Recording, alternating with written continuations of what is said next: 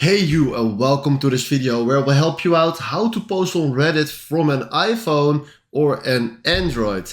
And first of all, you need to know one single thing. If your account is blocked, you are not allowed to post something, and then the create option here in the middle and the bottom is grayed out. So then create a new account or fix your account and then you can create it. Now right now, if I click here on create, we just see this screen. First of all, we need to select a community where we want to post it in. Now, I want to post it in a Dutch competition in the Netherlands. You need to know that every single community have requirements. So you need to find a community where you are allowed to post in. Also when you just created a new account.